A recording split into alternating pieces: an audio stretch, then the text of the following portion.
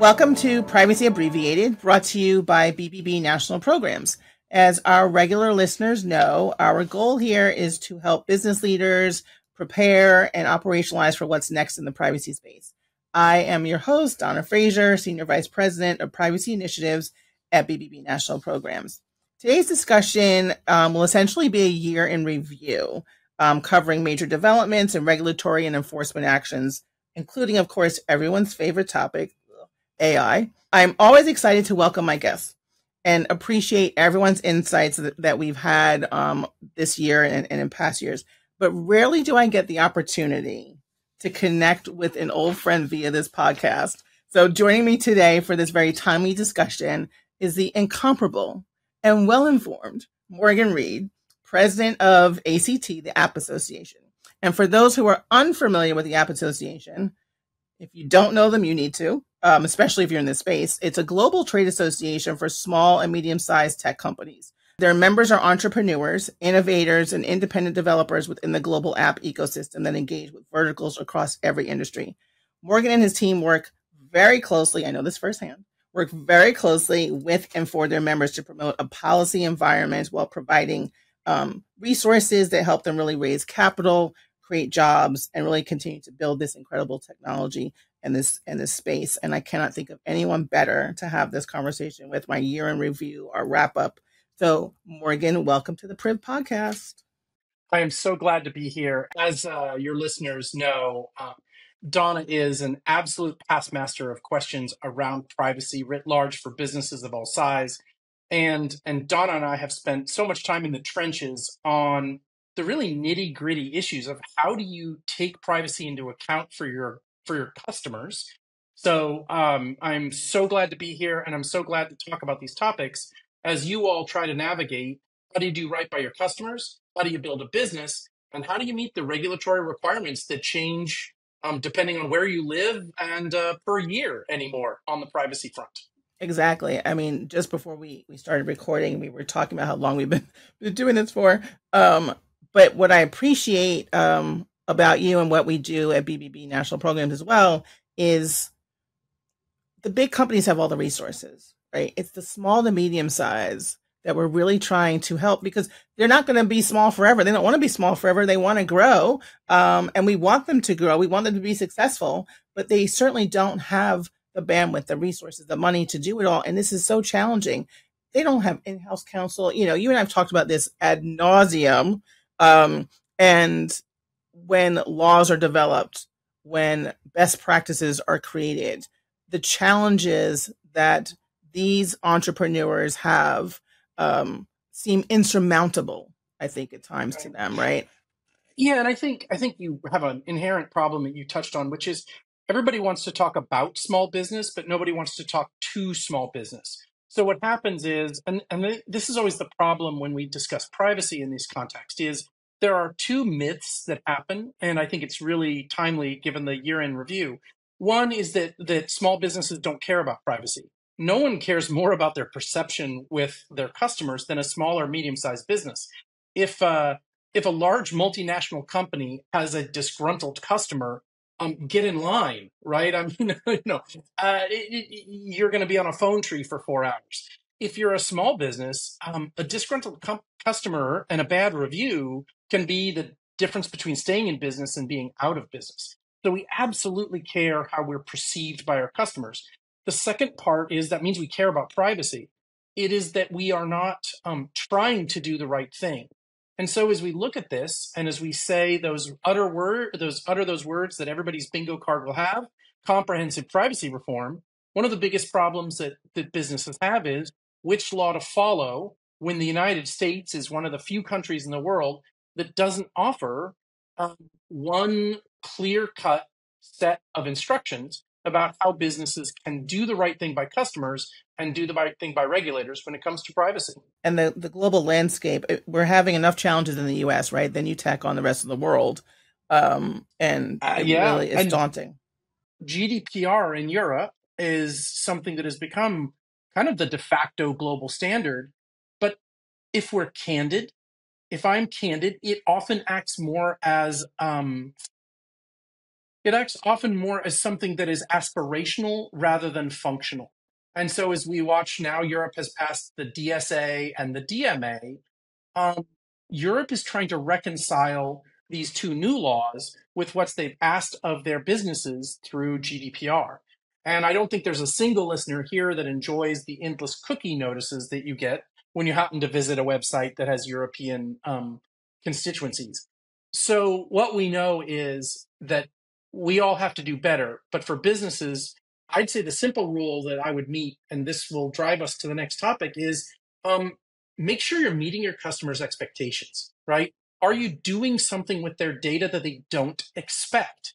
Are you selling it to someone when they don't expect you to sell it? Um, are you manipulating it away? AI becomes a question in a way they don't expect.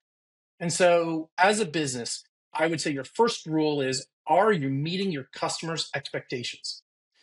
And I think as we jump into federal, Donna, I want to know what you think. Do you think that, we had ADEPA and now APRA? Do you think those bills will actually help businesses meet their customers' expectations, or are we not there yet?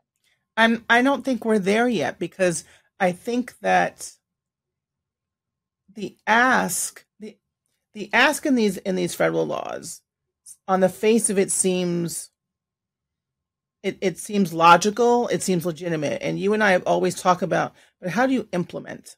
What does this look like in the implementation? And what's never considered is the cost of doing business in implementing and drafting these laws, right? And that is always the biggest challenge because there the risk there also has to be this tiered risk level, right? So, and I'm not saying that small and medium sized companies don't have the same risk that a large company has. Data collection in and of itself has risk, no matter the size of your organization. Exactly, exactly. However, you've got to either financially support these small and medium sized companies and understand what the challenges are for them to implement this, or you're going to run them out of business because they can't simply comply. They Yeah. can't do it. And I think what's really dangerous about that is that there are two functions. Either one, the business just covers up their eyes and hopes nobody sees them and just does the best they can, which is terrible for step two. Or they spend a lot of money and then they build up walls and they create barriers to other competitors by essentially saying, well, we've spent this money, so now everyone else has to.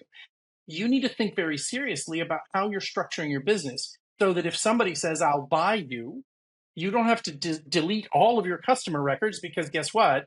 You didn't have a privacy policy that met the standard of your state or your nation, or you're making it to the big time and you want to do an IPO and they lower the value of your stock offering on day one because a huge chunk of the customer that you have are suspect and are no longer available, and that you're staring down the barrel of potential lawsuits or investigations by the Federal Trade Commission. Right, exactly. I mean, when you're doing an acquisition, your lawyers are doing their due diligence, right? To look at what are you doing, what are your practices, and how transparent are you being. But can you show us your work? Can you show us your procedures and your processes to for data collection, for data retention, for data minimization? What are you doing? Who has access to all this sort of stuff? And you talked before about, no surprises. I say all the time that, I love a good surprise party, but surprises and privacy are not the way to go. And that's one of the problems with the bill. I had the honor of testifying in front of Chair Cantwell and the Senate on APRA. For your audience who's wondering, it's the most recently proposed federal comprehensive privacy bill. It it has some attempts at doing what's called preemption, and it has some interesting theories around something called private right of action, or PRA, the idea of who gets to sue you. But one of the biggest issues that it creates was it had a carve out for small businesses. And you might listen to this and say, that sounds great, I'm carved out. But here's the problem: it not only carved you out of the privacy considerations, it also carved you out of the benefits. That preemption I discussed was not available to small business. So if you were a small business, let's say you're in Oklahoma and you're right near Kansas and you have two or three other states, and maybe you've got customers from Colorado, all of a sudden you're a small business. that isn't preempted out of those 3 state laws. But Microsoft is, because they're big enough to trigger the legislation. So the carve out was a bit of a poison pill, because it meant small businesses found themselves in a situation of they didn't get the benefit of preemption, but they did get the benefit of not having the oversight of the federal government. And I would argue that there isn't a business today, from a Hallmark store to your bike shop, that isn't thinking about the ways that you use your customer data to improve your sales. What do you think the likelihood is that we're going to see a federal data that we're going to see a federal data privacy bill? And I'm not even saying this year, right? I mean, because I don't see anything happening this year. And lame duck would be the only possibility. Exactly. But where do you think, in addition to the preemption, are there other key changes that you think are needed? But what pushes this over? What makes this happen? So you mentioned it in your introduction. I think AI is going to be one of the things that pushes it over. And I also think a global need for some kind of regulatory certainty that crosses borders. And by the way, I think it's important to note that these state bills are not uniformly terrible, and not every aspect of them is bad. But without some cohesive unit, you basically increase costs without increasing benefit to consumers at all. Because the consumer is certainly not reading these bills. The small business isn't reading these bills. And the only time you find out about it, and that brings it to the second thing you raised, is the other thing that's a trigger is going to be what's called a private right of action. And what's very concerning about the language around private rights of action, depending on the state and the federal bill that we're talking about, is what we don't want to see is what I'd call a sue and settle environment. A lot of small businesses have enough money to pay, but not enough money to fight. Meaning that if someone comes to them to say, I believe that you have, I represent a class of Californians that have shopped at your store and believe that you have not handled it in compliance with the California privacy law. We agree to a settlement of $50,000. Well, your lawyer, the guy who does your taxes, or maybe is the guy from your fantasy football league, he's going to tell you, you can't handle this for $50,000. Just pay them to go away. And so small businesses exist in a world where they have just enough to pay, but not enough to fight. And so right now, the bills as they stand are have elements in it that are too broad, and probably need to be limited so that any action has to at least be reviewed by a state AG or some other official that's going to look at that and say, no, that's a reach. You're just fishing for money from people who can't afford it. And I think those are the elements. And I'd say the final stinger that's going to make comprehensive privacy passing is one that has been a huge part of the national conversation, but people haven't realized it, is the passage of Dobbs, or the decision in Dobbs, is something that people talk about only in the realm of access to reproductive care. The reality is Roe v. Wade was determined on a determination of privacy under the 14th Amendment. And so by completely getting rid of Roe v. Wade altogether, it didn't just change the federal outlook around access to reproductive care. It actually changed how we view privacy, because it said you do not have a presumption, what they termed a penumbra of rights, including privacy under the 14th Amendment, because the Supreme Court struck down Roe v. Wade completely. They did not leave that 14th Amendment right to privacy alone.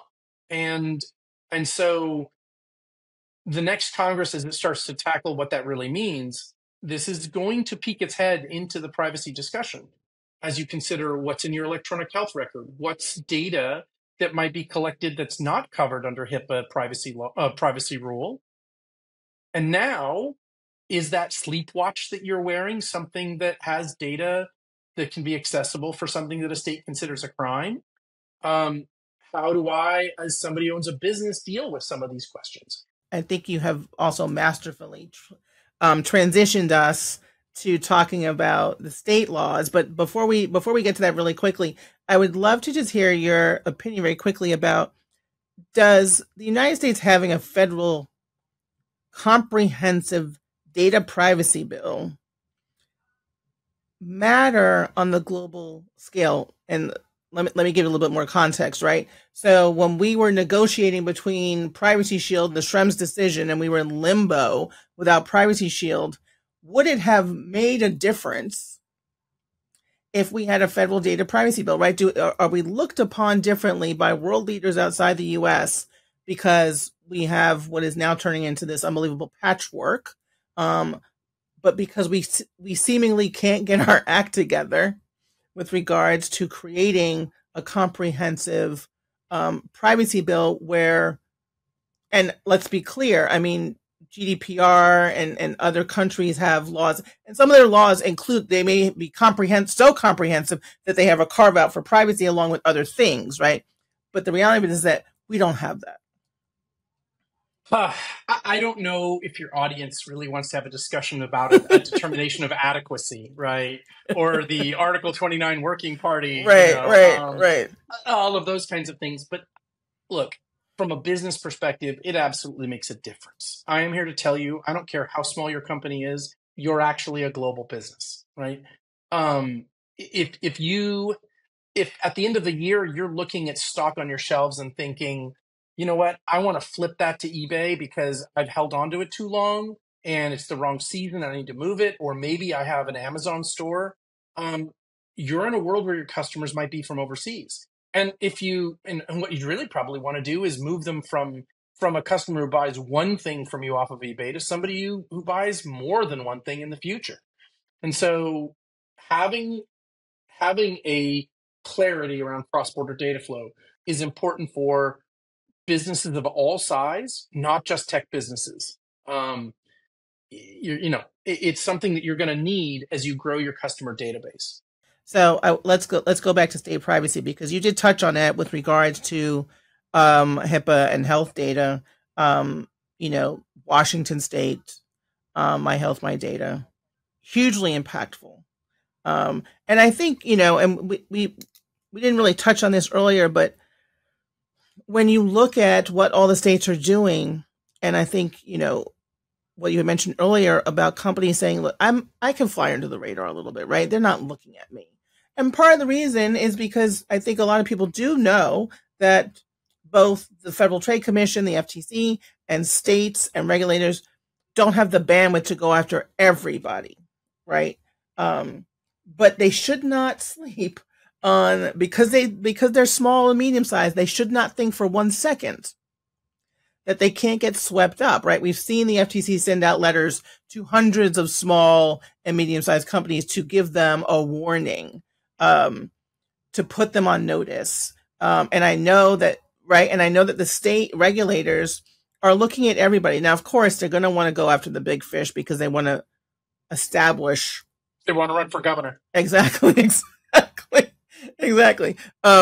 However, I do think that some of these small to medium-sized companies who are making names for themselves need to be very mindful. Let's dig in a little bit about Washington, Yeah, My Health, My Data is really interesting because Washington State was poised to pass model legislation that's similar to what Virginia and some of the other states have passed.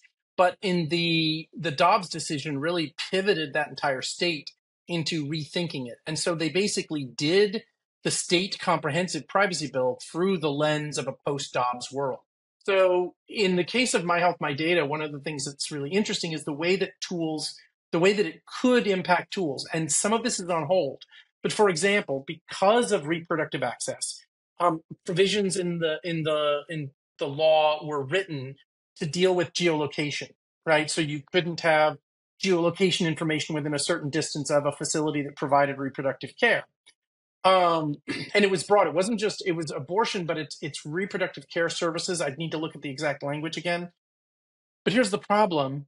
That also means that the hospital that maybe has Alzheimer's patients who also need tracking information so they don't wander away, or infants wearing those cute little socks that have the tracker in them, or emergency personnel who need to be able to find things. it alters the tools that are built. And then the question is, what does the mapping software look like? Do I have to take that information and discard it? If you have a store or a business that's within a certain radius, does it change some of the information sharing that you might have about who's been visiting your business or who's nearby, who's shopping in your area? So some of the tools that you have access to as just a business not engaged in that at all, but happens to be located there, may lose some of that access. And look, the big companies, and Apple in particular, do yeoman work to kind of shed data and to not keep it and to throw it away. But then the more that they throw it away, the less that you will have a tool that helps you figure out how to meet your customers. So in the case of My Health, My Data, it is a bill that they have held on certain aspects of it. But it's worth noting that the implications are broader, because it's called My Health, My Data, but it really is first of its kind comprehensive privacy bill in a post-Dobbs world, privacy law in a post-Dobbs world. And in California, of course, has its own version dealing with healthcare privacy. And I think we're going to see some others.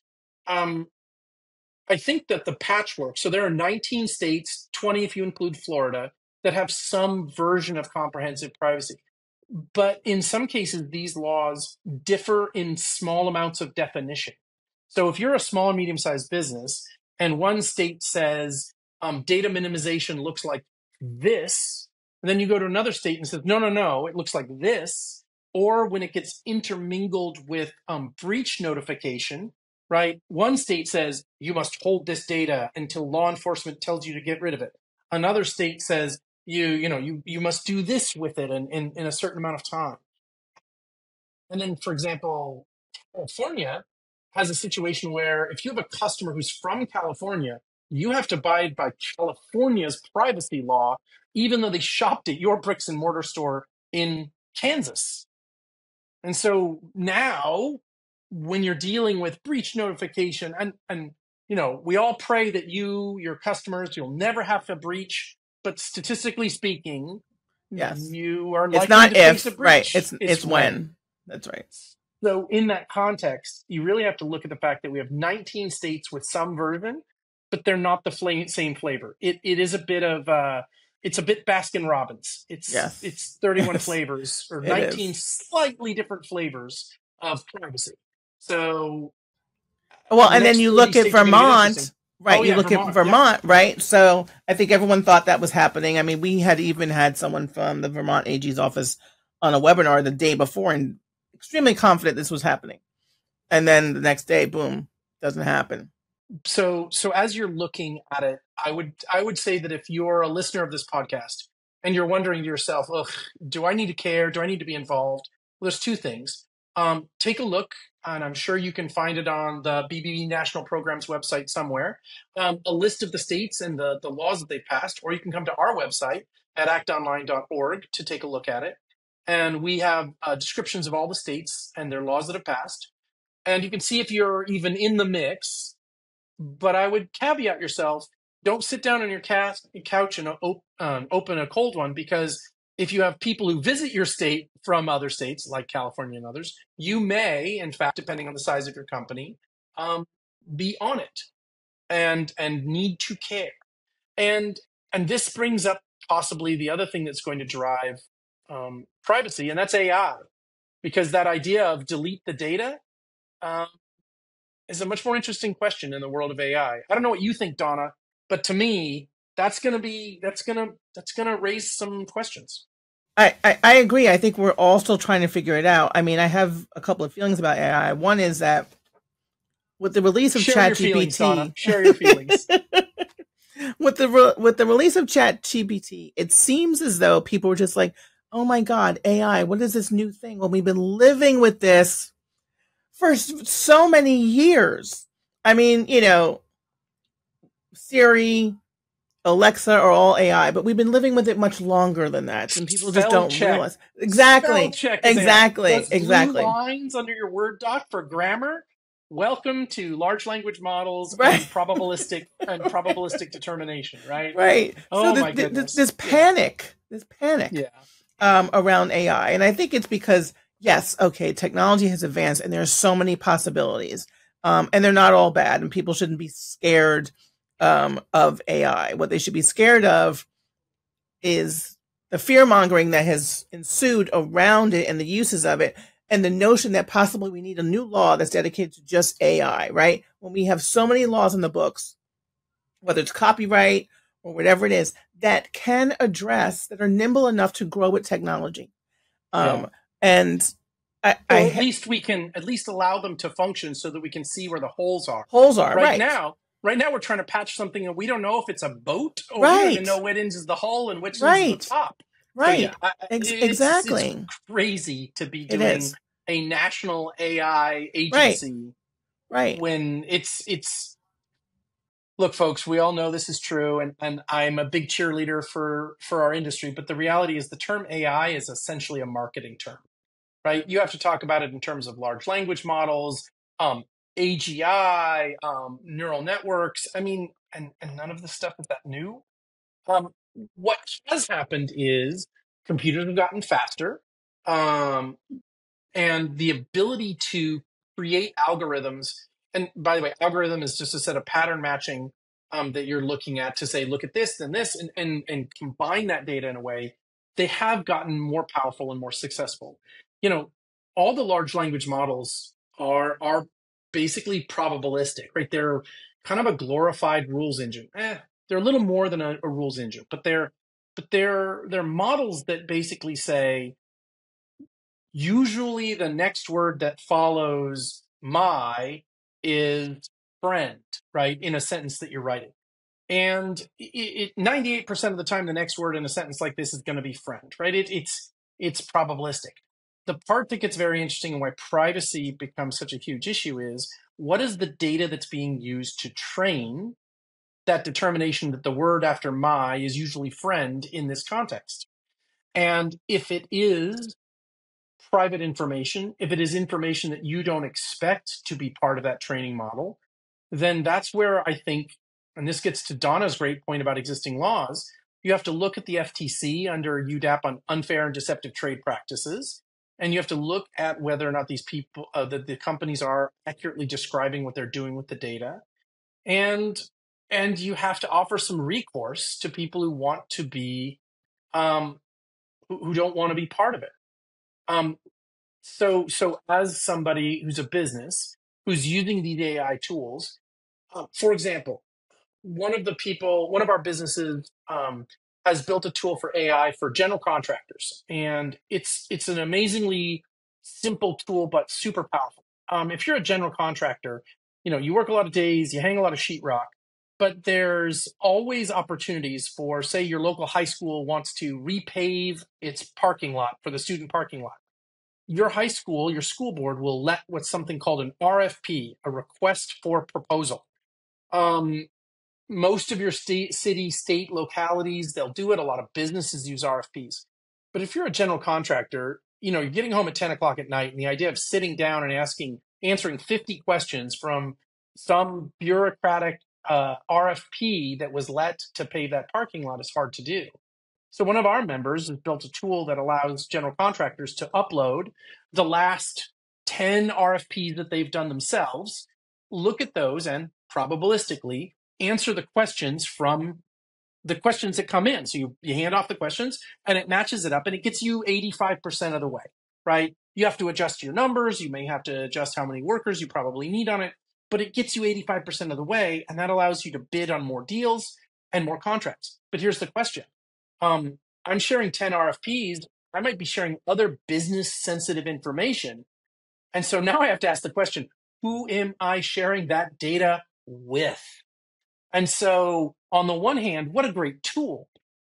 On the other, you as a business owner need to ask yourself, if you're using that tool, where's that data going?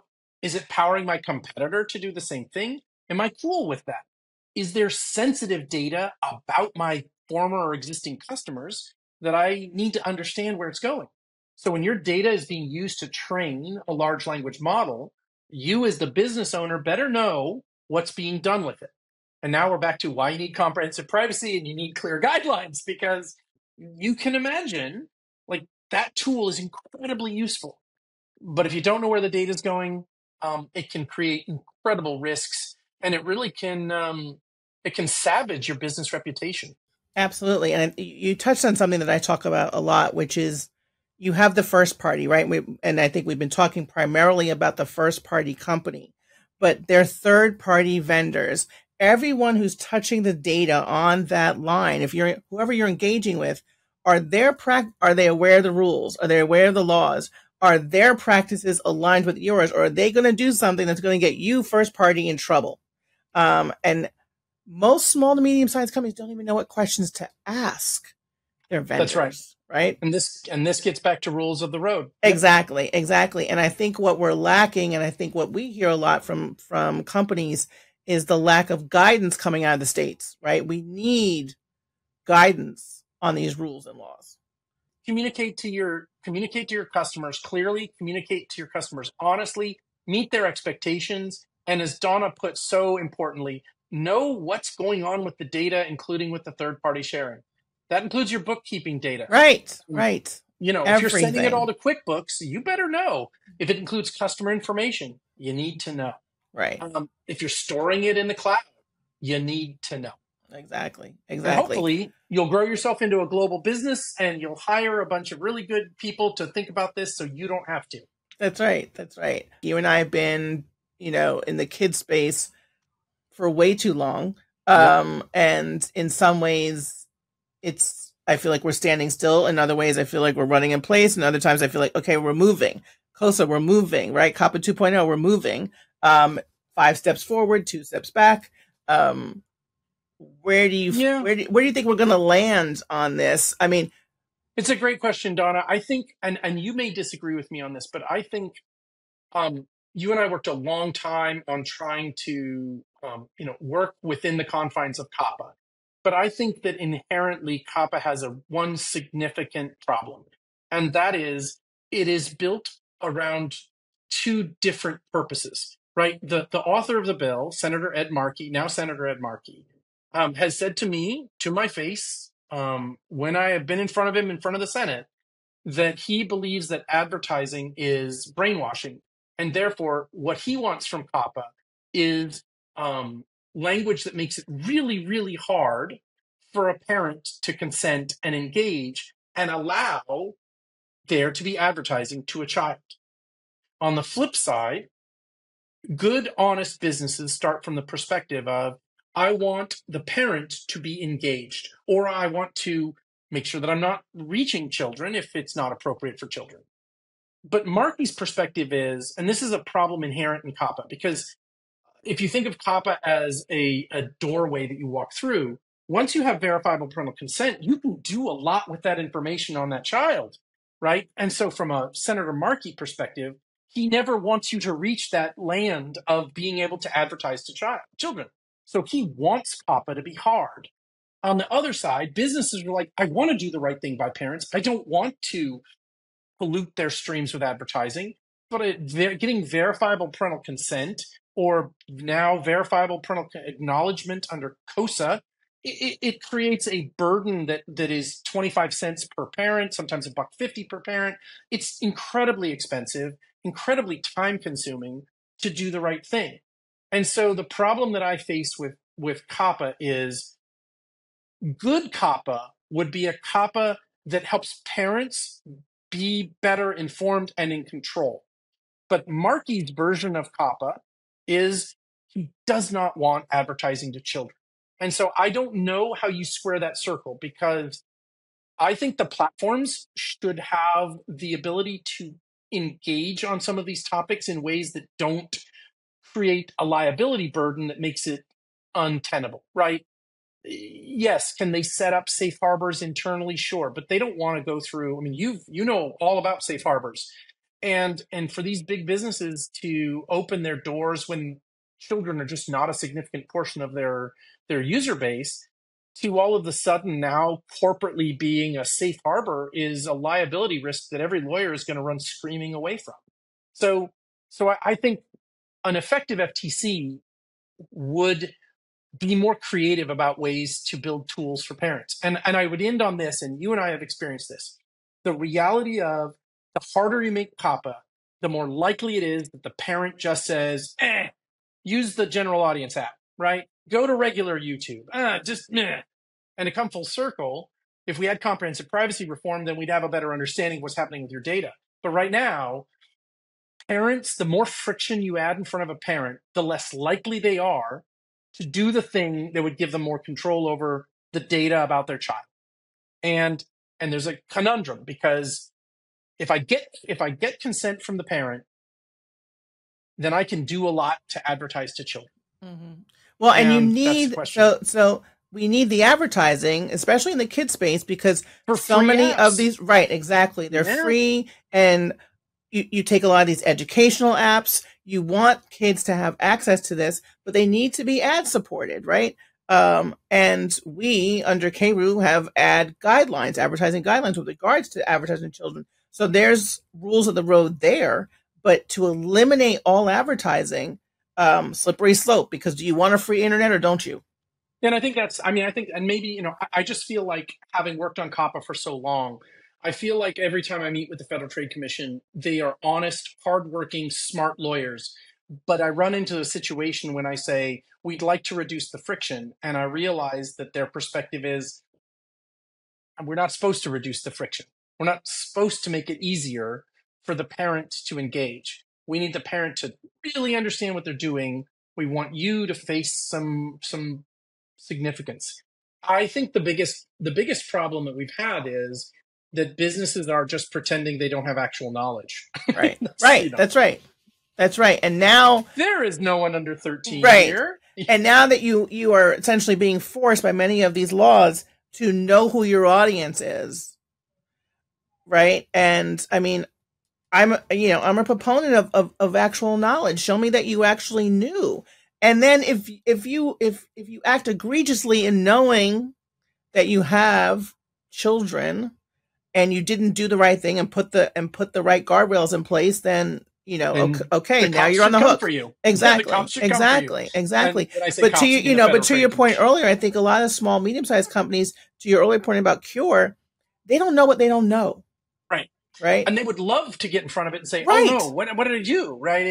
Exactly. They would love the guidance. Right. And I would encourage, and I know a lot of companies don't want to do this, but I will say that, the Federal Trade Commission and state regulators do want businesses to do the right thing, right? We want to have a competitive marketplace where everyone is playing on a level playing field and everyone's playing by the same rules. As you mentioned earlier, as you mentioned earlier, there's always going to be some bad actors. But at the end of the day, they want to help. And I know people are reluctant to call them because if I call them, am I now on their radar? Are they going to come after me, right? And that's really not how they work. They really do want to help people work through the solutions and help guide them to do the right thing. Of course, we would all appreciate guidance on all of this, so that my organization can help companies, right? And they don't have to make those phone calls. So I would ask that, where all these states are putting out laws and guidance, that they follow it up pretty quickly with rules. However, they should be conferring with me on what this looks like with regards to implementation. Please don't give us rules that we can't implement. Or worse, implement in one state differently than another. Right. To result in competing ways in which I handle the data. Yeah, no, and I hate to say it, this has been cathartic to talk to you again, but I feel like we always come back to, what would really be nice is some comprehensive privacy reform. I mean, just a crazy idea. So I want to thank you so much for today. You're so good. So 2 questions for you as we wrap up. First is, what do you think the focus in privacy is going to be next year? Look, I think that the reality is that next year is one of those golden rainbow years, because there will be no presidential. The Congress will probably be split.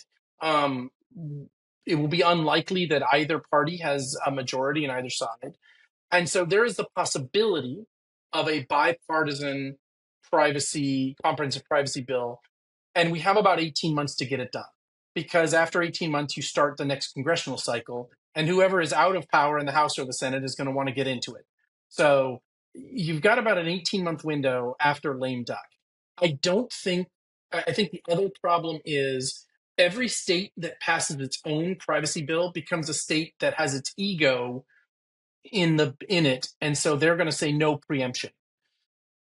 And so we need to get this done before we have 32 or 36 state privacy bills, all just a little bit different.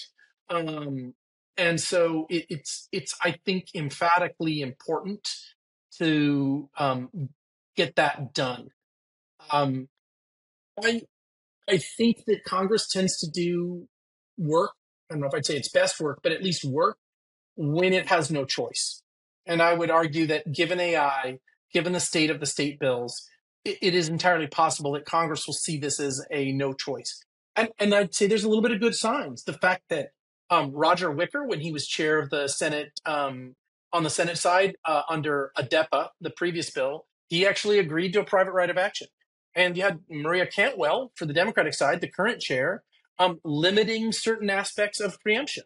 So you've had these parties doing it on the House side. Frank Pallone and CMR, two people who rarely vote the same on anything, found some spaces to agree. So I think there is an opportunity for a bipartisan bill driven by need more than ego, that poses a possible. So that's question one.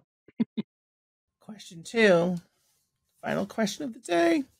If you could make a change in privacy that went into effect tomorrow, what would it be?